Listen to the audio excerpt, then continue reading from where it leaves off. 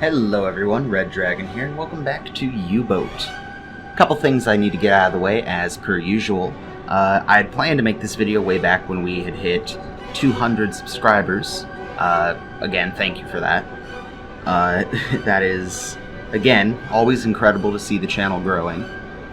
It is several weeks since then, we're now closing in on 300, so, again, I can't explain enough how much your guys' support and enjoyment of the content I make is appreciated. As far as why the videos have been delayed, I have had a couple setbacks as far as my place of employment are concerned. I won't go into deal with that here, but let's just say I'm currently a full-time content creator until that situation changes. So your support is even more appreciated than it would normally be. For everyone who's been liking and commenting on the videos, or who has been writing comments either answering questions or posing questions about Uboat, thank you so much, and for anyone who has come over to the Twitch streams, thank you as well. It really does mean a lot, and I do appreciate it. As far as the Uboat tutorial series goes, this is probably going to be the last major tutorial video until the game undergoes substantial changes, or you guys pose a really good question that I want to dive into and answer.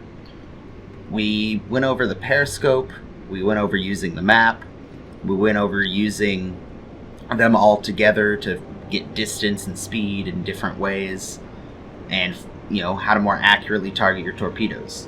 We are paused here currently because we do have a convoy in sight, and I want to show you guys one last little thing that I do, especially when hunting the bigger convoys, that is absolutely unnecessarily extra. And I know some people in the comments have been like, man, there's a lot of math and a lot of extra stuff going on here as opposed to just firing the torpedoes, which, again, the nice thing about Uboat is you can play it to as simple or extreme as you want.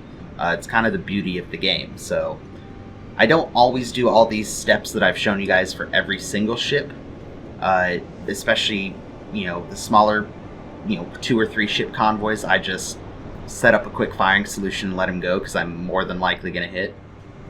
But I did want to show you one little extra thing you can do for that extra bit of cinematic flair and planning, especially against the bigger convoys. So without further ado, let me get set up and I will show you guys the convoy that we're dealing with. Alright, as you guys can see, we got our transport ships coming in across our line of fire. I've got my subs submerged and stopped probably about 2 kilometers from where they're going to be, roughly.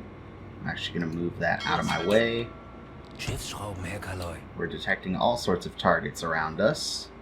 Excellent, but we're going to focus on these guys. I'm pretty sure there was a third, if I remember correctly, but no matter. We're going to start our targeting process. Same thing we've done before. Mark on the bows. I'm actually going to pause time because we're going to multitask and find their speed. Manual mode. I don't even really need to be looking at the ships to do this. We're going to let it run, and then we'll calculate their speed based on how far they go and the time they travel. Alright, we stopped our time a little late, 1 minute and 10 seconds, but we can still punch that number and do the math. Let's see how far they traveled in 1 minute and 10 seconds. There is a third ship with them, we just don't have them detected on sonar yet. But we can detect them with visual spotting here once we're done. 0.2, 0.3, distance between is, what does that say, 180? Alright. And using whatever method you like, whether it be pen and paper or an online calculator, 180 meters in 1 minute and 10 seconds gives us 5 knots on the money. Again, you can run it for more time to be a little more accurate, but 5 knots is going to be more than a good enough estimate for this to work. So we'll let time run again. So we know they're doing 5 knots, and we'll keep letting them steam ahead so we can get a course. We'll mark this guy's position. Not sure why we're not sonar detecting the other ship. You can go away.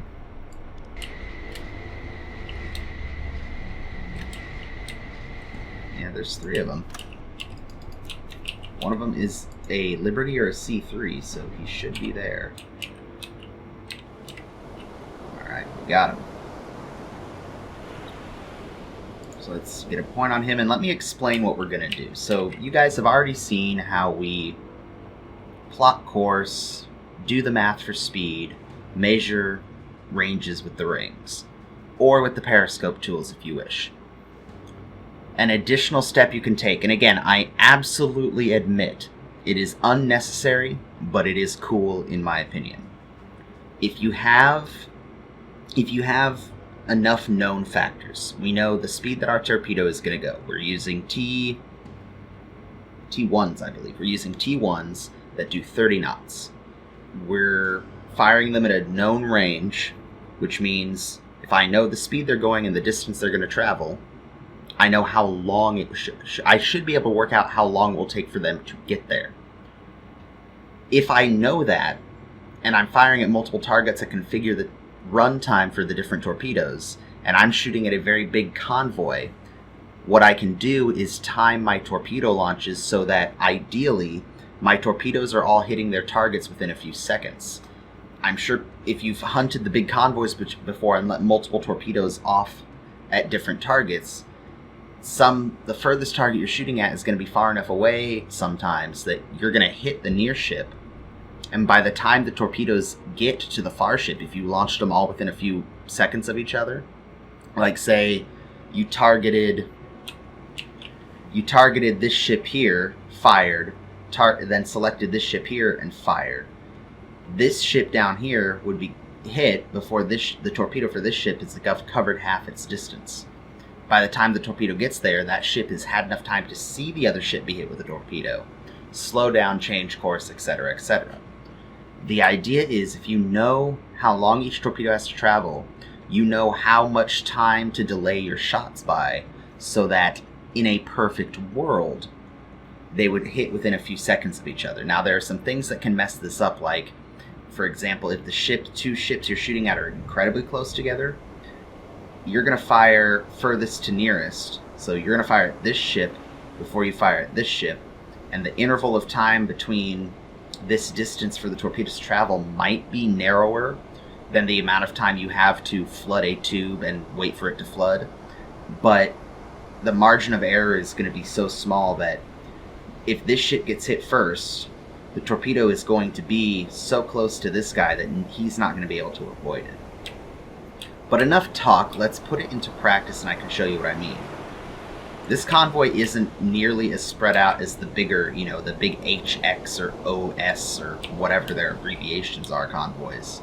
The big 30 to 40 ship convoys. But we should still be able to put the theory in practice, and I can throw a little stopwatch on screen, and we can see how finding the time of the torpedo can be done. So let me set up a course plot for these guys. Alright, so 360 minus 109, that should give me 251 as a course, and just judging by the fact that west is 270, 251 would be a little below, I'm going to go with that as an accurate course plot. 251 is our course, 5 knots is our speed, and the last thing we need to find is the approximate distance to the targets once they're near us, and actually it looks like they're going to be very close to us. So I might, for the sake of this demonstration, I might actually throw the ship in reverse for a minute, just so we can actually have a little bit more runtime to our torpedoes. Captain. Alright, and while we're backing up, let's just do some of the inputs that we have. So for example, we know this guy is a C... I'm going to say he's a C3 until he gets a little more broadside to us. Now he's a C3 for sure. Never mind, he is for sure a C3. He is doing 5 knots on a course of 251. We do not yet know his range. That is an NA1.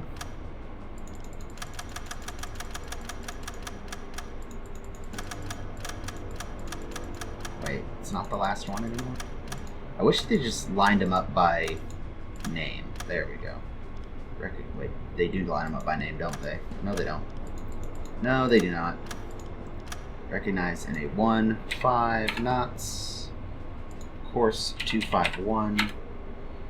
And then the last guy is an Empire Tower because of the radio tower.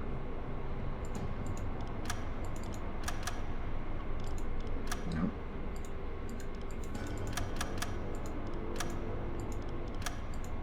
Five and 251. All right. Herr Kaloy. We're still chugging backwards. I think we're gonna call it there and stop. Schneller, schneller! Wait for our boat to come to a complete halt. Bingo. Alright. Now we can do our range real quick. Punch those values in.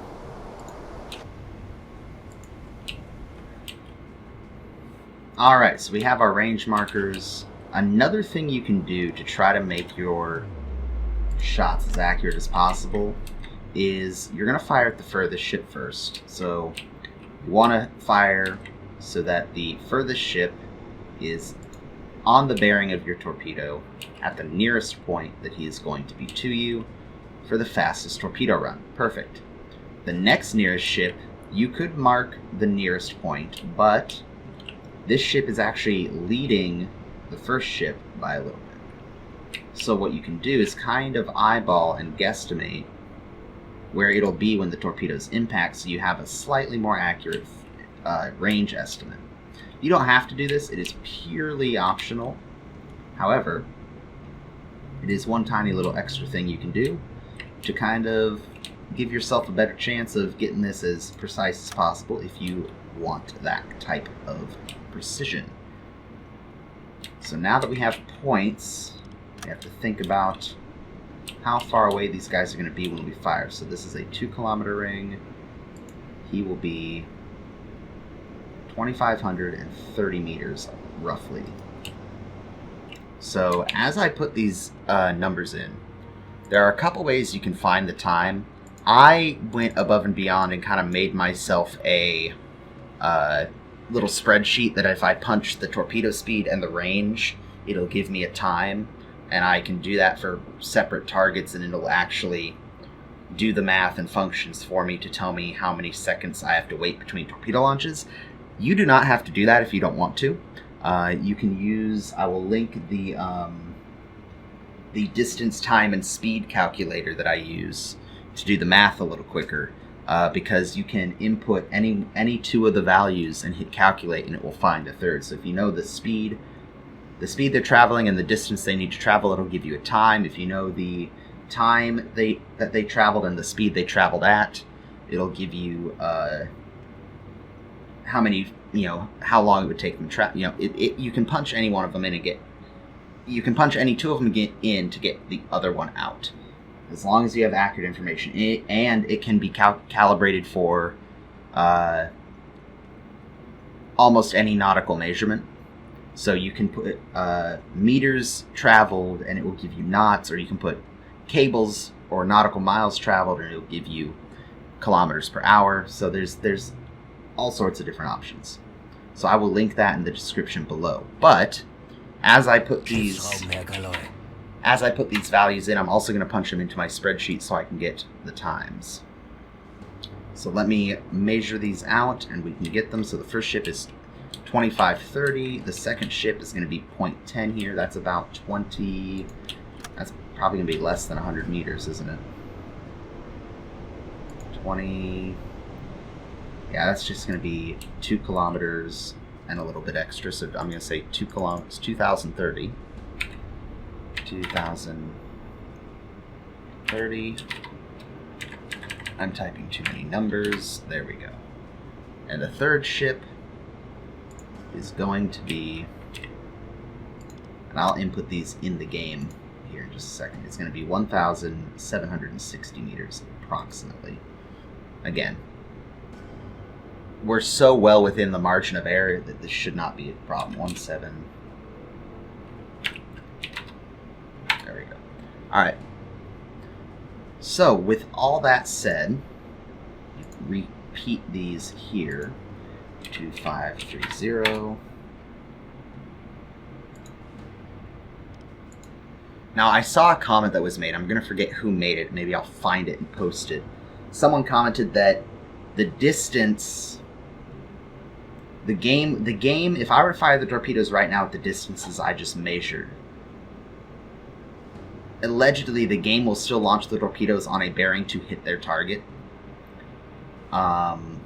despite what range I put in. So even though I have the ranges set for here, it would still, if I fired them right now, they would fire this way to hit the target. But the crew's estimate of when they would hit, they count off halfway to target, 30 seconds to impact, 10 seconds to impact. They'd be measuring those times for those distances, not these distances. I don't want to test that, because I personally am not sure that's correct. But keep that in mind, who knows? Maybe the game is smarter than I think it is. And then this was 1760. Alright, so our torpedoes are targeted. We need to warm them. So let's just have our engineers start warming torpedoes constantly. That's their mission for the next few minutes.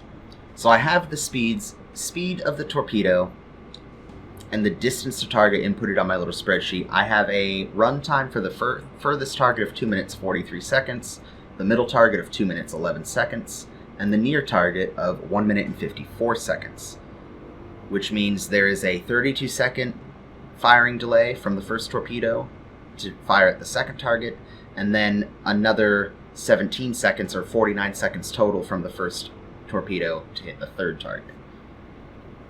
It may sound difficult, but I promise it'll make sense. I should also mention that there is a method of where you can draw the difference. So for example, the difference between the 2,530 meters of the first ship and the 2,030 meters of the second ship is 500 meters. So you could draw a 500 meter circle out from your U-boat, and when the first torpedo is passing that circle, you launch the second torpedo. Same here, you do the difference between the 2 points and fire your torpedo when it crosses the ring. That's a perfectly viable way to shoot at 2 or 3 ships, but I have the issue of if I've got 4 or 5 targets plus my range rings and I have 4 or 5 rings of distance here, it starts to get confusing of what ring is which for me. And once you've let the first torpedo go, you need to just keep letting them roll off the line so that, again, you have that sequential hits on target. So that is a way you can do it, but I personally do not do it that way. I take the longer route and do the math and pull out a stopwatch, because it's just more fun to me that way. Another thing we can do, last thing before I advance time and get these ships ready to fire at, one more thing you can do to help make sure the torpedoes actually hit at these 3 points you measured. If you know the speed of the ships, 5 knots, and you know where you want them to be when the torpedoes hit them, and you know how far and how long time-wise the torpedo is going to take to get there, you can reverse that math and know that, and figure out how far are those ships going to travel in the runtime of your torpedo, and you only need to do it for the furthest ship away. So for example, the runtime is 2 minutes and 43 seconds, and they're traveling at 5 knots. How far does the furthest ship from me travel in 2 minutes and 43 seconds traveling at 5 knots? It travels 419 meters, roughly. So if you wanted to ensure that when you fired your torpedoes, they would all hit the ships at the measured points. You would want to fire your torpedoes when the distant ship is about, for this convoy at least, 420 meters from that point. You fire the torpedoes when he's here, and the two meet each other here. And you don't have to do this for every other ship, because you've already calculated the difference in time for all these torpedoes. So they should all fan out and hit right at the same time. Again, it is completely unnecessary to do this unless you want the cool effect of being able to count down your torpedo time, like you see in all the movies. But without further ado, let me keep these guys warming torpedoes until the end of time, and I will see you guys when we're ready to fire on the Allies. I should mention we're going to put 2 into the C3 and 1 each into the other 2 ships. So we're going to fire 4 torpedoes in total at these 3 targets. Okay, so real quick before I fire the torpedoes off here, I moved everyone's measuring points up by about 50 meters, just because I was afraid that if I fired the torpedoes down this line of bearing at this first target for that point where these 2 intersect, that they would actually hit this NA1 as they were crossing in front. So I'm letting the ships move a little bit further forward, so I hopefully fire behind the NA1 and hit the Empire Tower. Not sure how that's gonna go, but we shall see. So all my torpedoes are flooded. We're gonna fire 1 each at these 2 and then 2 at the C3. I've got my phone on standby for stopwatch purposes.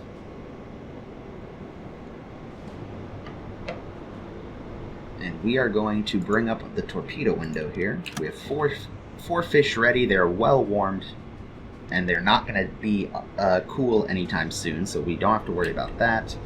Let's let time play. Now, you could do this in the periscope, and yeah, they're a little off course, but you know what? We are well within the margin of error. I'm going to flood to 1.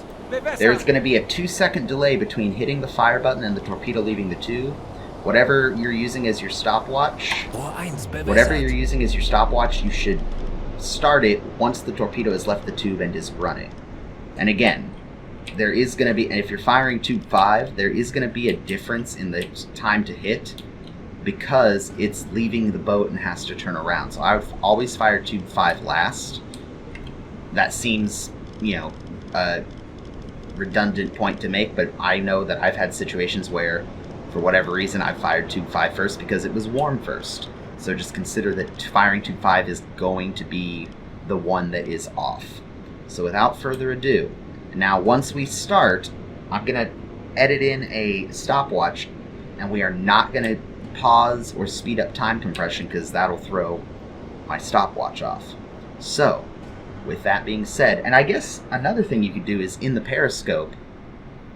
Well, no, it wouldn't work because you'd have to switch between targets. Never mind, don't use the periscope stopwatch because you'll have to switch between targets to fire the torpedoes, and I don't think the stopwatch likes when you do that. So let me see, we got a 32-second wait for the first torpedo, and then a 49-second wait for the second, well, not a full 40, a 17-second wait for the second torpedo. And remember that 2-second gap, so we're going to fire the second torpedo at 30 seconds, so it leaves the tube at 32 seconds. We're going to fire the third and fourth torpedoes at 47 seconds, so they leave the tube at 49 seconds. Again, it'll make sense as I do it, but here we go. Let's unpause and fire. Start. Flood tube 2, close the torpedo window. Select our second target, the Empire Lawrence. Confirm it's the NA1 that is targeted. The tube is flooded even though the door is open. Look at the thing there. We're 15 seconds into the run. We're going to launch at 30 seconds.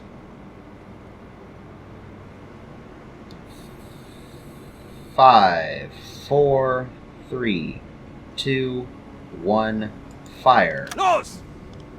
Bingo. Flood tubes 3 and 4.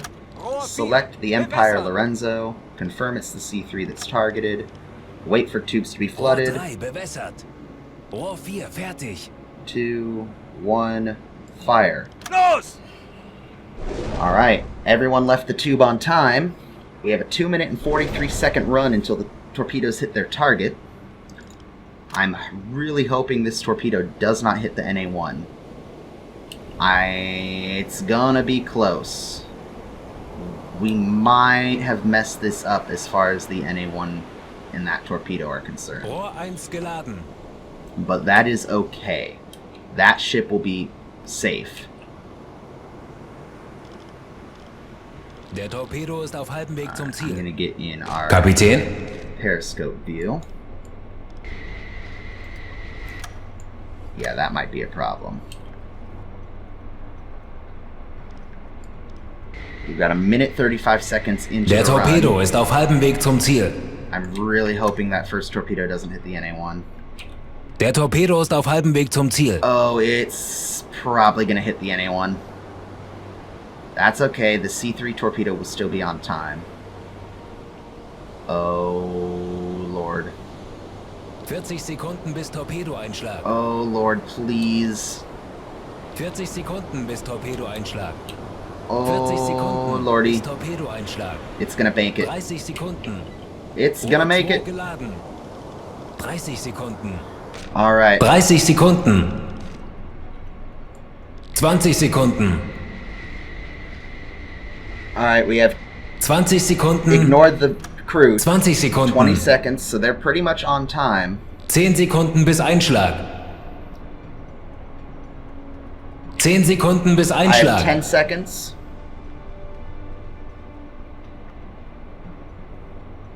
4, 3, 2, 1, impact. Look at that. Simultaneous strikes at 2 minutes and 43 seconds. I know it was confusing with the crew yelling and all, but if you hit... I forgot to hit the UI button, which is U. If you hide the UI, the crew will shut up. So let's look at our work. We have 2 hits on the C3. The NA1, I think, is already gone. And the Empire Tower... Yeah, the NA1's already gone. And the Empire Tower is not doing so hot either. The C3 is flooding and looks to be listing. Okay, so the crew's yelling kind of confused it.